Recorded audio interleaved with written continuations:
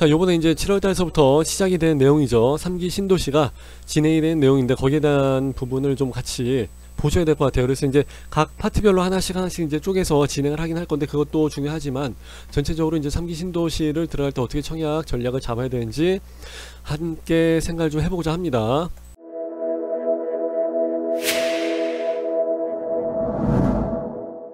정부에서는 먼저 이야기를 해주고 싶은 거는 이제 이런 부분이죠. 주거 안정을 위해서 이제 공급을 하겠다 그렇기 때문에 공급에 대한 사인이 계속 들어가니까 좀 기다려 그래서 가격을 좀 낮출 수 있도록 공급에 대한 부분을 좀 늘려줄게 하는 이 사인을 주고 싶었던 거고, 우리 입장에서는 일반 서민이나 무주택 입장에서는 사실 이게 좋은 내용은 아닙니다. 왜 그러냐면은 그냥 본청약 했을 때 그것만 가지고 딱 들어가서 청약을 하면 되는데 사전에 한 가지 더 관문이 남아 있다는 얘기죠. 그러니까 사전 청약을 했을 때 여기서부터 이제 벌써 다 준비를 해야 된다는 거니까, 그래서 이제 본청약까지 가야 되고, 본청약 가서 이제 거기서 청약을 또 집어 넣어야 되고, 거기서 이제 당첨이 돼갖고 해야지만이 이제 나중에 또 입주를 할 수 있는 그런 개념이기 때문에 수능을 치는데 본고사가 있고 예비고사가 있고 이제 하나씩 이제 더 생긴 거예요. 그러니까 사실 이제 우리 입장에서 좋아진 입장은 아니에요, 사실. 예.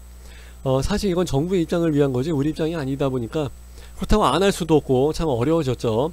그래서 원래는 이제 330만 제곱미터 이상 이쪽으로 해갖고, 그러니까 한 100만 평이죠, 그죠? 100만 평 이상을 되는 쪽으로 해서 하남 왕숙이랑 뭐 이런 데를 해서 진행을 하는 걸로 했었고, 대규모 택지로 해서 들어가 있는 100만 제곱 이상, 그래서 이제 과천하고 안산에 있는 장성지구랑 해서 이제 얘 둘도 같이 포함을 시켜서 요번에 같이 진행을 한다고 합니다. 그래서 남양주 왕숙 완투, 그리고 이제 하남 교산, 그리고 이제 인천 계양, 고양 창릉, 그리고 이제 부천 대장, 광명 시흥, 그리고 과천과 그리고 이제 안산, 장상, 이렇게 해서 9군데를 가지고 진행을 합니다.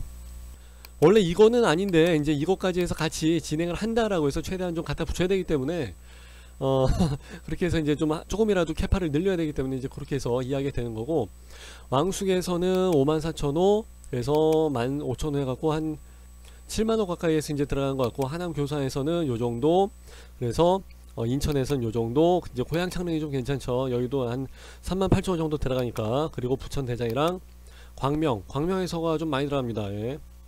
그리고 과천에서는 뭐 얼마 안 들어갑니다. 그래서 이제 이렇게 해서 진행을 하는 건데, 자, 전체적인 그 일정이 잡힌 건 원래 이렇게 되어 있습니다. 그래서 1차분으로 해서 요번에 나오게 된 게 7월달이니까 요거 5가지 있죠. 인천 계양, 남양주 진접 2번, 그리고 성남 복정, 예, 복정에 들어가 있습니다, 그죠? 그리고 의왕 청계 2, 그리고 이제 위례, 요것만 가지고 해서 노란색을 먼저 보시게 되면 여기죠. 5번, 3번, 4번, 그리고 이제 1번, 2번, 이제 이런 식으로 해서 나와 있는데, 전체적인 내용을 보다 보시면은 서울시로 이제 중심으로 해서 시계 방향으로 해서 이제 이 어라운드가 그대로 다 커버를 하고 있구나라고 생각을 하시면 되고, 그리고 아무래도 이런 위쪽보다는 남쪽 부분에 훨씬 더 많이 배정 물량이 남아 있는 것들을 여러분들이 보실 수 있습니다. 배정 물량은 뭐 사이즈별로 좀 다르니까 그렇다 치고, 이제 그리고 이제 남양주 왕숙이 또 원체 크다 보니까, 그리고 이제 부천이 원체 크다 보니까 될 수 있으면 그래도 생각해 보면 아무래도 밑에 쪽이 좀 더 많지 않나 이렇게 생각합니다. 자, 인천 계양 여기 나와 있고요. 그리고 이제 남양주 진접 여기 나와 있고요.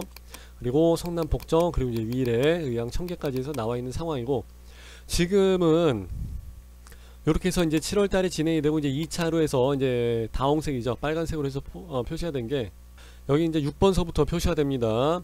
남양주 왕숙 2, 6번이 이제 여기 들어가고, 7번이 이제 성남 신촌, 그리고 8번이 성남 낙생, 성남이 이제 계속해서 들어가고, 9번 성남 복정 마찬가지로 해서 같이 들어갑니다. 그리고 이제 10번은 여기 의정부 우정 있죠. 이제 드디어 의정부가 여기 나중에 하반기에 들어가게 됩니다. 그리고 11번에 보시게 되면 군포 대함이, 12번에 의왕, 13번에 수원.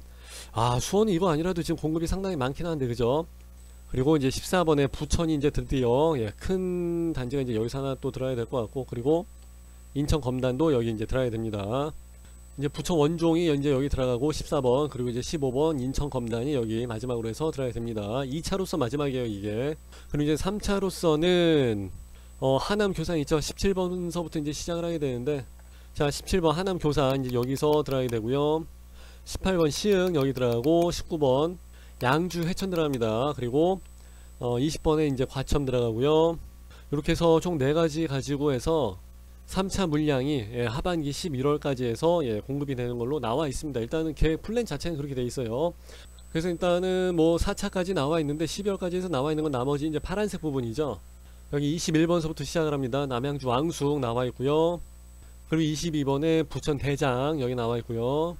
그리고 23번에 고향 창릉, 그리고 24번에 부천 역곡 나와 있고, 25번 시흥 거모, 그리고 26번에 안산, 그리고 27번에 안산 신길 투 나와 있고, 그리고 28번에 보시면은 수방사 있던데 동작구 이제 서울로 하나 또 들어간 게 있습니다. 그리고 28번 말고 29번 구리갈매 역세권, 그리고 이제 30번 고향 장안까지 4차 계획해서 12월달까지 해서 나와 있습니다. 그래서 7월달까지 해서 1차를 먼저 끝내고 8, 9월 잠깐 쉬고 이제 10월, 11월, 12월 해서 나와 있는 상태인데, 일단 이거 한번 보시게 되면 파주운정이죠. 파주운정, 그리고 이제 고향 창릉에서 이 라인이 쭉 하나가 빠져나가는 게 이제 GTX A 라인이죠. 그리고 양주죠. 양주에서 의정부 지나서 이제 밑으로 내려가는 라인이 하나 있는데, 이거 역시 GTX C 라인이 되겠습니다. 그리고 여기 인천에서 쭉 빠져나오는 것들이 이제 부천 대장으로 해서 이제 이쪽으로 해서 지나가게 될 것 같습니다. 이렇게 해서 지금은 GTX D라고 해서 그 라인도 이제 여러가지 얘기가 많이 나오고 있는데, 그건 좀 가봐야 될 것 같고요. 추후 제가 따로 GTX는 제가 별도의 편성을 해서 좀 말씀을 드리려고 합니다. 그래서 일단은 부천 지나갔고, 남양주 왕수까지 해서 빠져나가는 라인이 하나 있습니다. 이건 GTX B 라인이죠. B. 그리고 밑에 보시게 되면은 이런 그 라인을 한번 그려서 이제 보시게 되면은 GTX 라인하고 이제 맞아 떨어지는 지역들이 좀 있습니다. 아무래도 이제 여기 쪽이죠. 그래서 사실 거리는 굉장히 멉니다. 그러나 지하철로 해서 이만큼 가는 시간하고 GTX로 해서 여기까지 가는 시간하고 완전히 달라요. 그래서 GTX를 타고 양주나 의정부까지 가는 시간이랑 지하철을 타고 해서 뭐 요금만 왔다 갔다 하는 시간이랑 거의 똑같습니다. 그렇기 때문에 이런 데는 GTX로 연결을 하게 되면 거의 서울 바로 요 근처에 사는 거랑 거의 뭐 별반 다를 바 없이 서울과의 접근성은 상당히 좋게 될 것 같아요. 그래서 3기 신도시는 그래도 GTX랑 같이 궤를 맞춰서 가는 부분들이 좀 있지 않나 이렇게 생각하시면 좀 편하실 것 같고요. 이런 내용들은 이제 여러분들의 홈페이지에서도 확인할 수가 있습니다. 서울에서 이제 남양주 같은 경우 사실 3.5km 정도 떨어져 있다 그러면 그냥 붙어 있는 거예요. 사실 교산도 마찬가지고, 인천기항은 말 그대로 뭐 창문 열면 뭐 공항 다 보이고 하니까 말 그대로 그냥 여인 창문 열면 서울이고, 고향 창릉도 역시 마찬가지고, 부천대장에서 0.7km, 그러니까 700m는 뭐 걸어서 한 10분 정도만 왔다 갔다 하니까 이것도 역시 마찬가지고 상당히 가깝죠. 그러니까 로케이션 자체는 다 상당히 가깝다라고 해서 생각하시면 되고, 도로교통을 안 쳐주는 이유가 이제 바로 이런 부분이죠. 항상 버스, 광역이나 이런 걸 가지고 이야기 안 하고 지하철 그리고 철도를 가지고 이야기합니다. 왜 그러냐면은 어떻게 막히든지 간에 일단 약속된 시간에 떨궈 놔주기 때문에, 그래서 여러분들이 출퇴근을 하시는데 좀 편하시라고 그 부분 때문에 철도 교통을 가지고 항상 이야기를 하는 겁니다. 여기 마침 나와 있죠. GTX 노선, 그리고 인천 계양, 그리고 부천 대장, 여기 이제 GTX B 라인이 지나가는 쪽이고, 그래서 여기 GTX A, B, C 이 노선하고 이제 궤를 같이 한다는 내용, 아까 말씀드린 부분이 여기 홈페이지에도 잘 나와 있습니다. 도로교통은 그냥 넘어갑니다.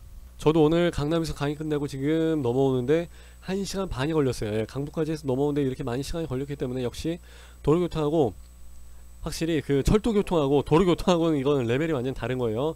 그리고 지하철하고 GTX하고는 이게 또 완전히 천지 차이기 때문에 그렇습니다. 완전히 레벨이 다른 거죠. 4분의 1로 시간을 줄여주기 때문에 그렇습니다. 근데 교통비 같은 경우는 한 4배 정도 더 들어간 걸로 예상을 하고 있죠. 그래서 시간을 가지고 돈을 사느냐, 이제 그 얘기예요, 사실. 아무래도 이제 3기 신도시답게 아이 키우기 좋은 도시로 해서 가게 될 수밖에 없죠. 왜 그러냐면은 서울에서 경제력이 안 돼가지고 이제 좀 더 밀려날 수밖에 없는 우리 세대가 지금 항상 그 세대이기 때문에, 그러다 보니까 이제 아이가 있게 된 경우가 좀 많죠. 그래서 이제 또 아이를 낳아야 되는 친구들도 있고, 그러다 보니까 유치원하고 이제 초등학교 정도까지는 꼭 있어야 되지 않나, 이제 이렇게 생각하는 부분이고, 보통 이제 초등학교를 많이 생각하고 이제 중학교는 잘 이야기 안 합니다. 그리고 고등학교는 더더욱이 이야기 안 하죠. 고등학교 같은 경우 벌써 이거 하는 애들도 있고 이거 하는 애들도 있고, 그러기 때문에 그거 하는 애들이면 벌써 차 타고 지하철 타고 다 알아서 왔다 갔다 합니다. 고등학교는 이제 거의 다 성인이죠, 사실. 그렇게 될 것 같고, 뭐 이런 게 중요한 건 아닙니다. 그래서 이제 제발 좀 창의적인 것 좀 안 했으면 좋겠고, 기존에 했던 대로 그냥 숲이나 학교 이 두 가지, 그리고 이제 쇼핑까지 해서 이것만 잘 꾸며놔주고 해도 내가 봤을 때는 만족도는 충분히 올라가지 않을까 싶습니다. 그래서 제발 이런 거 네, 좀 뭔가 특색이 있는 거, 뭐 좀 제발 새로운 시도는 여기서 좀 안 했으면 좋겠어요. 그래서 고덕 강일에서도 힐스테이트 리슈빌이랑 이편한 세상, 그리고 이제 어반 브릿지, 그리고 세종에서 했었던 그 파밀리아 리첸시아, 그리고 세종에서 했었던 그 파밀리의 리첸시아, 얘네들 같은 경우도 그랬었고, 이제 굉장히 호평에서 많이 시달렸었기 때문에 물론 이제 완판 되긴 되겠죠. 싸게 나왔으니까, 좋은 입지에 싸게 나왔으니까 뭐 당연히 완판 가긴 가는데, 그런 걸 떠나갖고 제발 공모전 이런 거 좀 안 했으면 좋겠어요, 진짜. 그죠? 이제 여기에 대해서 문제점을 가지고 한번 이야기를 해볼까 합니다. 일단은 3기 신도시 자체는 좋아요. 일단 공급에 대한 사인을 줘야 될 필요성은 맞고 다 좋고 한데, 이제 아무래도 여기서는 이제 공공 분양으로 해서 들어가는 거다 보니까 신혼이 30%, 뭐 생초가 25%, 노부모 5%, 그리고 다자녀 10%, 기간에서는 뭐 15%, 그리고 이제 나머지 일반이 15%밖에 되지 않기 때문에, 그러면은 특별한 사람을 위한 게 특공인데 특별한 사람이 85%고 일반 사람, 아무것도 안 되는 사람은 그냥 15%야. 이렇게 되니까 이제 이게 하나가 좀 문제가 되는 것 같고, 또 한 가지는 이제 공공 나가는 거 있고 신혼희망타운에서 나가는 게 있는데, 이 두 가지로 해서 나가다 보니까 일반적인 청약이랑 좀 많이 다릅니다. 그러니까 사람들이 많이 헷갈리는 부분도 있고, 사실 저도 뭐 갑자기 뭐 난데없이 물어보고 그러면 나도 좀 헷갈릴 때가 있고, 원체 이게 케이스 바이 케이스이기 때문에 국토부 질의하는 데까지 이제 들어가서 물어보면서 저도 자문을 구하고 있는 상황이에요. 그러다 보니까 일반 사람들도 여기에 대해서는 상당히 모르는 게 많지 않을까, 이제 그런 생각을 좀 많이 할 수밖에 없죠. 예, 들어도 생소하고 잘 모릅니다, 사실. 이제 그런 부분이 좀 문제가 되는 부분이고, 여기에 대한 그 규제 조건이랑 이런 건 제가 또 별도의 편성을 해갖고 이제 또 따로 한번 말씀을 드릴 거고, 또 한 가지는 뭐냐면은, 지금 자체에서 이 분양가를 확정을 하면 좋은데, 아니면 하다못해 민간 분양, 민간 임대 분양 같은 경우도 분양가를 다 한정을 해갖고 10년 후에 어떤 금액으로 해서 확정된 분양가로 해서 다 우선 분양권을 주겠다 하는 경우도 있는데, 정부에서 이제 불과 몇 년 남지 않은 상황인데 거기에 대해서는 그 공공으로 진행을 하면서도 이제 확정 분양가를 빼주지 못하는 게 좀 문제가 되고 있죠. 왜 그러냐면은 그때가에서의 시세가 지금의 시세가 아니라는 게 이제 그게 가장 큰 문제점이죠. 그래서 3년 후에 본 청약을 했을 때 2023년도나 2024년도가 될 거예요. 그러면은 지금으로부터 이제 3년 4년 후인데, 그럼 그때의 시세를 어떻게 해서 산정을 해야 되느냐. 그때 시세가 나와야 그때 시세에서 70, 80% 정도 선으로 해서 분양을 할 거 아닙니까? 그러면은 지금 시점에서 3년 전에 그 분양가를 한번 보세요. 얼마에서 분양가가 나왔었는지.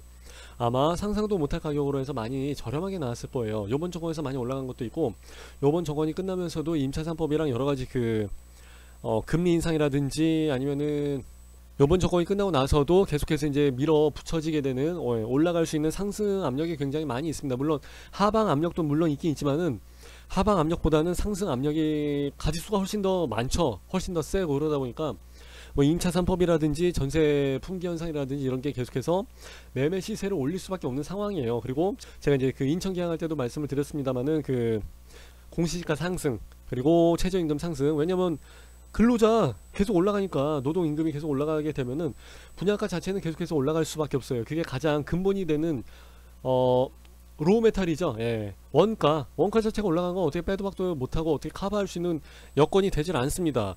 땅값 자체가 올라가 버렸는데 어떻게 할 거예요? 아무리 건설사를 그냥 두드려 잡아갖고 니네 싸게 분양을 한다 할지라도 땅값 자체가 비싸게 되고 공시지가가 올라가서, 그리고 이제 또 최저임금이 올라가야 되고, 이제 여러가지 이런 변수들이 작용을 하는 게 사실 만만한 문제는 아니라는 거죠.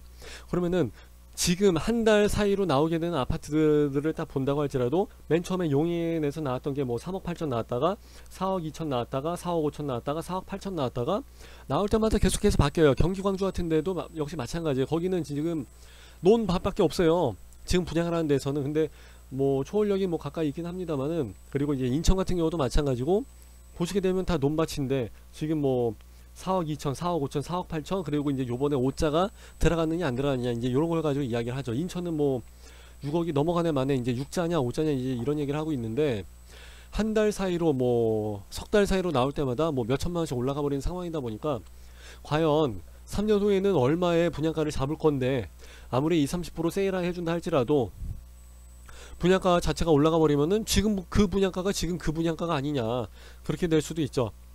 그렇기 때문에 굳이 지금 청약을 안 하고 기다리지 않을 이유는 없지 않을까, 이제 이렇게 생각들을 해야 되는데, 그렇게 생각은 잘 안 하시나 봐요. 그러니까 무조건 그냥 3기 신도시래 그냥 이것만 생각하고 그냥 가시는 것 같아요. 근데 근데 제가 봤을 때는 어차피 지금 분상제나 이런 것 때문에 가격이 저렴하기 때문에 지금에서 잡는 게 맞을 것 같고요. 그리고 이제 교통의 문제라든지 이제 여러 가지 전략적인 부분에서 좀 판단을 많이 하셔야 될 수밖에 없을 것 같아요. 예, 공부도 좀 많이 하셔야 될 수밖에 없고, 일단은 3기 신도시에서 가장 첫 번째 첫 바다로 해서 열리게 되는 인천 계양, 그거 보면서도 이제 이걸 이제 보시게 되면 어느 정도 그 시범 케이스, 어느 정도 하나의 그 잣대가 되지 않을까 이제 이렇게 생각합니다. 그래서 저도 인천 계양에 대해서 계속 레이더를 켜놓고 예, 신경을 쓰고 있는 그런 입장이죠. 예. 일단은 여러분들이 좀 준비를 많이 하셔야 될 게 있고 그러는데, 요거는 좀 최대한 정리를 해갖고 다음 편에 제가 다시 한번 또 말씀을 드리는 게 좋을 것 같고요. 일단은 전체적인 그 3기 신도시 전략, 그러면은 한마디로 정리해서 말씀드리면 딱 그거예요. 3기 신도시만 가지고 기다리면서 이걸 가지고 올인을 하지 마시라.